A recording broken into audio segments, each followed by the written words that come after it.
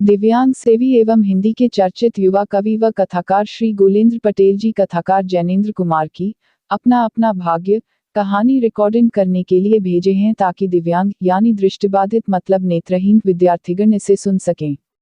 कहानी का पाठ करने से पहले मैं जैनेंद्र कुमार के बारे में 2 शब्द कहना चाहती हूँ। प्रेमचंदोत्तर उपन्यासकारों में Jainendra Kumar the 2nd of January 1905 the 24th of December 1988 का विशिष्ट स्थान है। जैनेंद्र कुमार का जन्म द 2nd of January सन 1905 में अलीगढ़ के कौडियागंज गांव में हुआ था। उनके बचपन का नाम आनंदीलाल था। वह हिंदी उपन्यास के इतिहास में मनोविश्लेषणात्मक परंपरा के प्रवर्तक के रूप में मान्य हैं।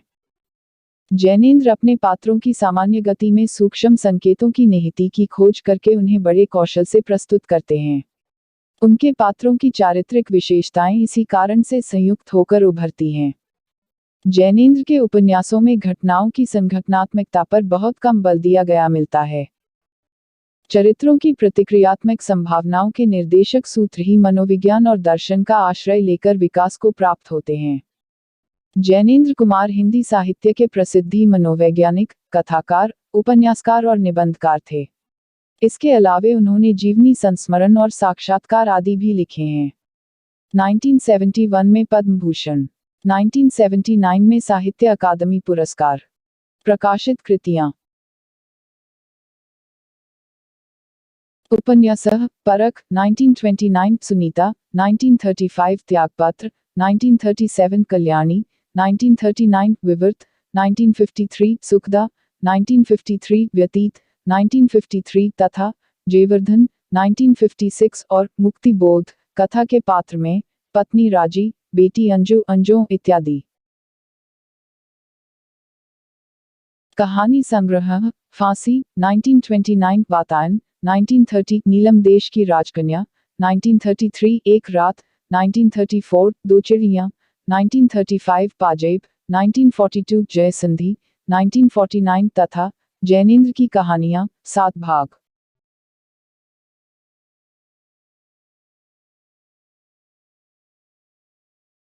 निबंध संग्रह: प्रस्तुत प्रश्न 1936, जड़ की बात 1945, पूर्वोदय 1951, साहित्य का श्रेय और प्रिय 1953, मंथन 1953, सोच विचार 1953, काम, प्रेम और परिवार 1953, ये और वे 1954, इतस्ततः 1963, समय और हम 1964, परिप्रेक्ष्य 1977, साहित्य और संस्कृति, इनके साहित्य और संस्कृति संबंधी निबंधों का संग्रह है जिसे ललित शुक्ल ने संपादित करके प्रकाशित किया था 1979। अनुदित ग्रंथ: मंदालिनी, नाटक 1935, प्रेम में भगवान, कहानी संग्रह 1937 तथा पाप और प्रकाश, नाटक 1953। सह लेखन: तपोभूमि, उपन्यास ऋषभचंद्र जैन के साथ 1932। संपादित ग्रंथ: साहित्य चयन, निबंध संग्रह 1951 तथा विचारवल्लरी, निबंध संग्रह 1952। सहायक ग्रंथ: जैनेंद्र साहित्य और समीक्षा रामरतन भटनागर। कहानी से संबंधित जैनेंद्र जी का एक कथन है, कहानी एक भूख है जो निरंतर समाधान पाने की कोशिश करती है। डॉक्टर रामचंद्र तिवारी के शब्दों में, हिंदी के दर्शन, मनोविज्ञान, अध्यात्मिक और भाव निष्ठा को कला चेतना के साथ संपृक्त करने का श्रेय जैनेंद्र को प्राप्त है। पृष्ठ सम -699, हिंदी का गद्य साहित्य। कुछ लोगों का यह यानी अपना अपना भाग्य है कि यह कहानी कलकत्ता से निकलने वाली विशाल भारत पत्रिका में सन 1929 में इसका पहला प्रकाशन हुआ था। अपना अपना भाग्य कहानी संग्रह वातायन कहानी संग्रह में प्रकाशित हुई थी। इनकी पहली कहानी खेल है जो 1928 में विशाल भारत पत्रिका में प्रकाशित हुई थी। अपना अपना भाग्य कहानी 1931 लिखी गई थी जो वातायन कहानी संग्रह में संकलित है। यह कहानी संवाद शैली में लिखी गई है। कहानी अपना अपना भाग्य में जैनेंद्र जी ने बड़ा ही मार्मिक ढंग से एक गरीब बच्चे का चित्रण किया है। गरीब बच्चा सर्दी से मर जाता है क्योंकि अमीर लोगों ने उसके प्रति संवेदना नहीं दिखाई। इस कहानी का अंत दुखांत है। यह पाठक को सोचने के लिए विवश कर देता है कि सामाजिक विषमता की जो खाई है उसमें मनुष्य इतना संवेदनहीन कैसे हो सकता है। गरीब की उपेक्षित जीवन जीने की मजबूरी और अमीर वर्ग के द्वारा निर्दयी व्यवहार को दिखाना ही लेखक का मुख्य उद्देश्य है। कहानी का पात्र 10 वर्ष का अनाथ बच्चा, कथानायक और कथानायक का मित्र। यह कहानी आत्मकथात्मक शैली में लिखी गई है और यह 4 भागों में है। अपना अपना भाग्य, कहानी का उद्देश्य। अपना अपना भाग्य कहानी द्वारा लेखक ने अपने अपने व्यक्तिगत स्वार्थों से ऊपर उठकर नैतिकता, परोपकार और सामाजिक जिम्मेदारी का संदेश दिया है। प्रस्तुत कहानी का बालक केवल इसलिए मृत्यु को प्राप्त हो जाता है क्योंकि कोई उसकी मदद नहीं करता। यदि समय पर उस बालक की सहायता होती तो न केवल वह जीवित रहता अपितु समाज का एक जिम्मेदार नागरिक भी बन सकता था। लेखक इस कहानी द्वारा यह भी संदेश दे रहे हैं कि समाज के निचले तबके की ओर सभी की सामाजिक और नैतिक जिम्मेदारी बनती है और उसका निर्वाह भी किया जाना चाहिए। अपना अपना भाग्य कहकर जिम्मेदारी से मुक्त होने का प्रयास नहीं करना चाहिए। समय न लेते हुए मैं कहानी का पाठ करती हूँ। कहानी का शीर्षक है अपना अपना भाग्य। लेखक अपने मित्र के साथ नैनीताल में संध्या के समय बहुत देर तक निरुद्देश्य घूमने के बाद सड़क के किनारे की एक बेंच पर बैठे गए। नैनीताल की संध्या धीरे धीरे उतर रही थी। रुई के रेश से भाप के बादल हमारे सिरों को छू छूकर बेरोक टोक घूम रहे थे। हल्के हल्के प्रकाश और अंधियारी से रंगकर कभी वे नीले दिखते, कभी सफेद और फिर देर में अरुण पड़ जाते। वे जैसे हमारे साथ खेलना चाह रहे थे। पीछे हमारे पोलो वाला मैदान फैला था, सामने अंग्रेजों का एक प्रमोद गृह था जहां सुहावना रसीला बाजा बज रहा था और पार्श्व में था वही सुरम्य अनुपम नैनीताल। ताल में किश्तियां अपने सफेद पाल उड़ाती एक दो अंग्रेज यात्रियों को लेकर इधर से उधर और उधर से इधर खेल रही थी। कहीं कुछ अंग्रेज एक एक सामने प्रतिस्थापित का अपनी सुई सी शक्ल की डोंगियों को मानो शर्त बांधकर सर पर दौड़ रहे थे। कहीं किनारे पर कुछ साहब अपनी बंसी डाले सधैर्य, एकाग्र, एकनिष्ठ मछली चिंतन कर रहे थे। पीछे पोलोलॉन में बच्चे किलकारियां मारते हुए हॉकी खेल रहे थे। शोर, मारपीट, गाली गलौज भी जैसे खेल का ही अंश था। इस तमाम खेल को उतने क्षणों का उद्देश्य बना। वे बालक अपना सारा मन, समग्र बल और समूची विधा लगाकर मानो खत्म कर देना चाहते थे। उन्हें आगे की चिंता न थी, बीते का ख्याल ना था। वे शुद्ध तत्काल के प्राणी थे। वे शब्द की संपूर्ण सच्चाई के साथ जीवित थे। सड़क पर से नर नारियों का अविरल प्रवाह आ रहा था और जा रहा था। उसका न उर था न छोर। यह प्रवाह कहाँ जा रहा था और कहाँ से आ रहा था, कौन बता सकता है। सब उम्र के, सब तरह के लोग उसमें थे। मानो मनुष्यता के नमूनों का बाजार सजकर सामने से इठलाता निकला जा रहा हो। अधिकार गर्व में ताने अंग्रेज उसमें थे और चिथड़ों से सजे घोड़ों की बाग थामे पहाड़ी उसमें पहाड़ी थे, जिन्होंने अपनी प्रतिष्ठा और सम्मान को कुचलकर शून्य बना लिया है और जो बड़ी तत्परता से दुम हिलाना सीख गए हैं। भागते, खेलते, हंसते, शरारत करते लाल लाल अंग्रेज बच्चे थे और पीली पीली आंखें फाड़े पिता की उंगली पकड़कर चलते हुए अपने हिंदुस्तानी नौनिहाल भी थे। अंग्रेज पिता थे जो अपने बच्चों के साथ भाग रहे थे, हंस रहे थे और खेल रहे थे। उधर भारतीय पितृदेव भी थे जो बुजुर्गों को अपने चारों तरफ लपेटे धन संपन्नता के लक्षणों का प्रदर्शन करते हुए चल रहे थे। अंग्रेज रमणियां थीं जो धीरे धीरे नहीं चलती थीं, तेज चलती थी। उन्हें न चलने से थकावट आती थी, न हंसने में मौत आती थी। कसरत के नाम पर घोड़े पर भी बैठकती थीं और घोड़े के साथ ही साथ जरा जी होते ही किसी किसी हिंदुस्तानी पर कोड़े भी फटकार सकती थी। वे 2-2, 3-3, 4-4 की टोलियों में निःशंक निरापद इस प्रवाह में मानो अपने स्थान को जानती हुई सड़क पर चली जा रही थी। उधर हमारी भारत की कुललक्ष्मी सड़क के बिल्कुल किनारे दामन बचाती और संभालती हुई साड़ी की कई तहों में सिमट सिमट कर लोकलज्जा, स्त्रीत्व और भारतीय गरिमा के आदर्श को अपने परोवेष्टनों में छिपाकर सहमी सहमी धरती में आंख गाड़े कदम कदम बढ़ रही थी। इसके साथ ही भारतीयता का एक और नमूना था अपने कालेपन को खुरच खुरच कर बहा देने की इच्छा करने वाला अंग्रेजीदा पुरुषोत्तम भी थे, जो नेटिवों को देखकर मुंह फेर लेते थे, अंग्रेज को देखकर आंखें बिछा देते थे और दुम हिलाने लगते थे। वैसे वे अकड़कर चलते थे, मानो भारत भूमि को इसी अकड़ के साथ कुचल कुचल कर चलने का उन्हें अधिकार मिला है। घंटे के घंटे सरक गए, अंधकार गाढ़ा हो गया, बादल सफेद होकर जम गए, मनुष्यों का वह तांता एक एक कर क्षीण हो गया। अब इक्का दुक्का आदमी सड़क पर छतरी लगाकर निकल रहा था। हम वही के वही बैठे थे। सर्दी सी मालूम हुई, हमारे ओवरकोट भीग गए थे। पीछे फिरकर देखा, यह लाल बर्फ की चादर की तरह बिल्कुल स्तब्ध और सुन्न पड़ा था। सब सन्नाटा था। तल्लीताल की बिजली की रोशनियां दीप मालिका सी जगमगा रही थी।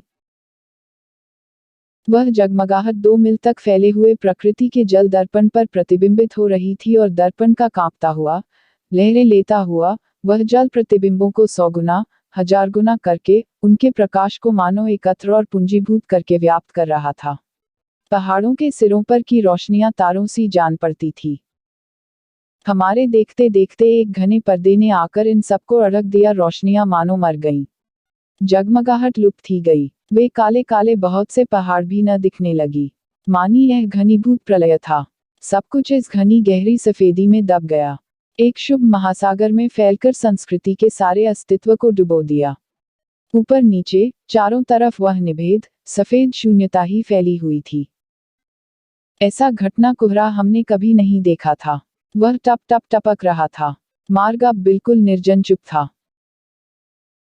वह प्रवाह न जाने किन घोंसलों में जा छिपा था। उस कवृहदाकार शुभ शून्य में कहीं से 11 बार टन टन हो उठा, जैसे कहीं दूर कब्र में से आवाज आ रही हो। हम अपने अपने होटलों के लिए चल दिए। रास्ते में 2 मित्रों का होटल मिला। दोनों वकील मित्र छुट्टी लेकर चले गए।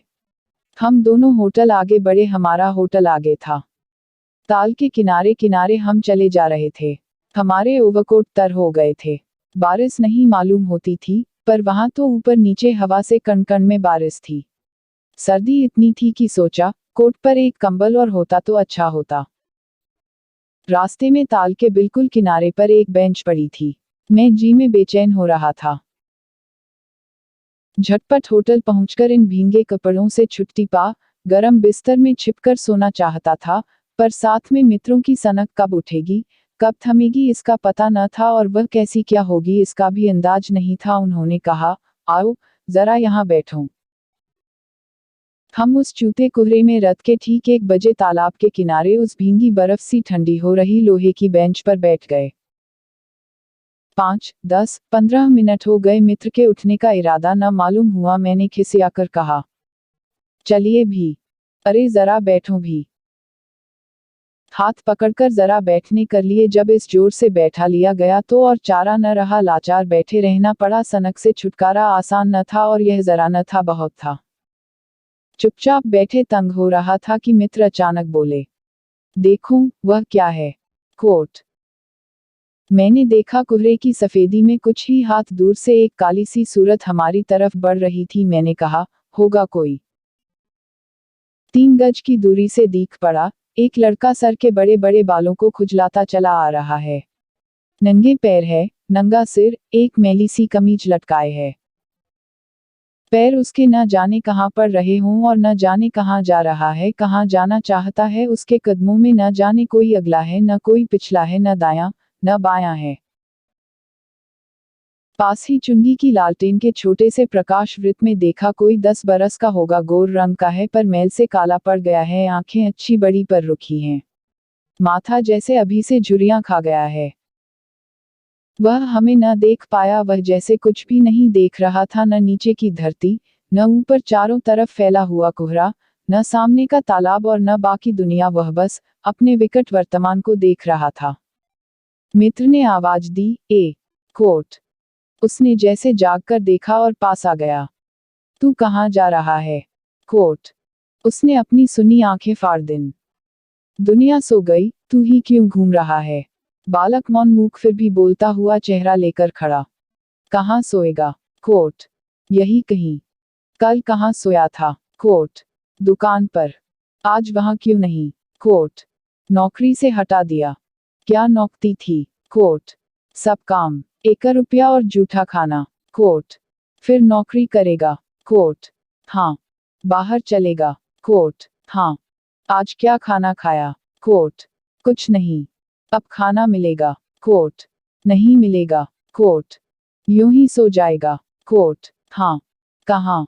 यही कहीं। इन्हीं कपड़ों में। कोट, बालक फिर आंखों से बोलकर मुंह खड़ा रहा। आंखें मानो बोलती थी, यह भी कैसा मूर्ख प्रश्न। माँ बाप है। कोट, हाँ। कहाँ? कोट, 15 कोस दूर गांव में। तुम भाग आया। कोट, क्यों? कोट, मेरे कई छोटे भाई बहन हैं सो भाग आया, वहां काम नहीं, रोटी नहीं। बाप भूखा रहता था और मारता था। माँ भूखी रहती थी और रोटी थी। सो भाग आया। एक साथी और था, उसी गांव का, मुझसे बड़ा था। दोनों साथ यहाँ आए। वह अब नहीं है। कहाँ गया? कोट, मर गया। मर गया।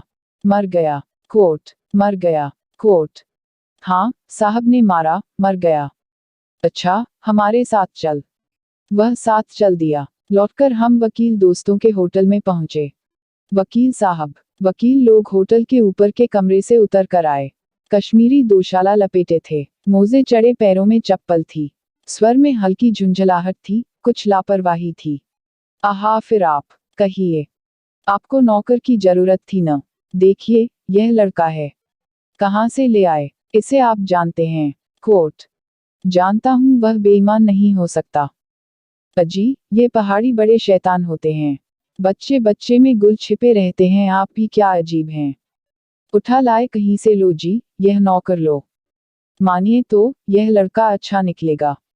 आप भक्त जी, बस खूब हैं। ए गेरे को नौकर बना लिया जाए, अगले दिन वह न जाने क्या क्या लेकर चंपत हो जाए। आप मानते ही नहीं, मैं क्या करूं? कोट, माने क्या खाक?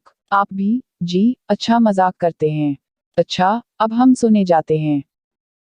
और वह रुपए रोज के किराए वाले में सजी मिसहरी पर सोने झटपट चले गए। वकील साहब के चले जाने पर होटल के बाहर आकर मित्र ने जेब में हाथ डालकर कुछ टटोला, पर झट कुछ निराश भाव से हाथ बाहर का मेरी ओर देखने लगे। क्या है? कोट, इसे खाने के लिए कुछ देना चाहता था। अंग्रेजी में मित्र ने कुछ कहा, मगर 10-10 के नोट हैं। नोट ही शायद मेरे पास हैं, देखूं। सचमुच मेरे पास पॉकेट में भी नोट ही थे। हम फिर अंग्रेजी में बोलने लगे। लड़के के दांत बीच बीच में कटकटा उठते थे। कड़ाके की सर्दी थी। मित्र ने पूछा, तब?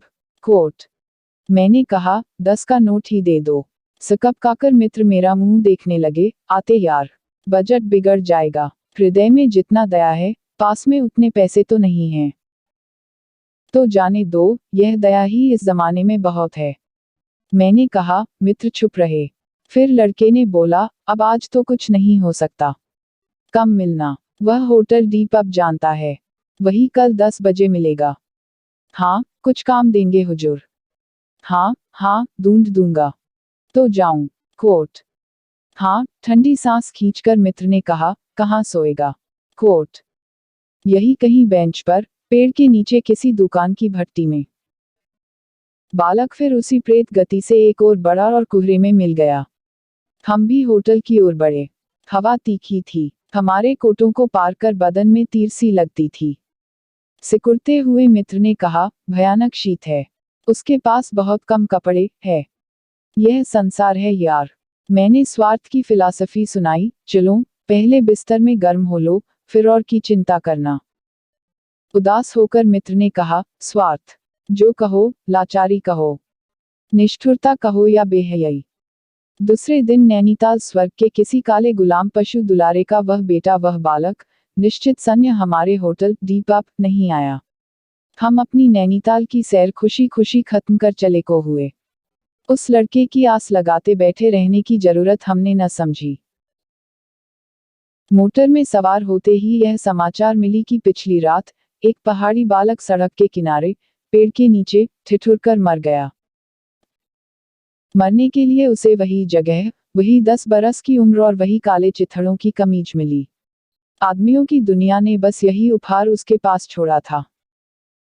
पर बताने वाले ने बताया कि गरीब के मुंह पर, छाती, मुट्ठी और पैरों पर बर्फ की हल्की सी चादर चिपक गई थी। मानो दुनिया की बेहयाई अड़कने के लिए प्रकृति ने शव के लिए सफेद और ठंडे कफन का प्रबंध कर दिया था। सब सुना और सोचा, अपना अपना भाग्य। यह कहानी हमें दूसरों की मदद करने का पाठ सिखाती है। मनुष्य को अपनी मनुष्यता नहीं छोड़नी चाहिए। यही तो एक अंतर है जो हमें जानवरों से अलग बनाता है। धन्यवाद।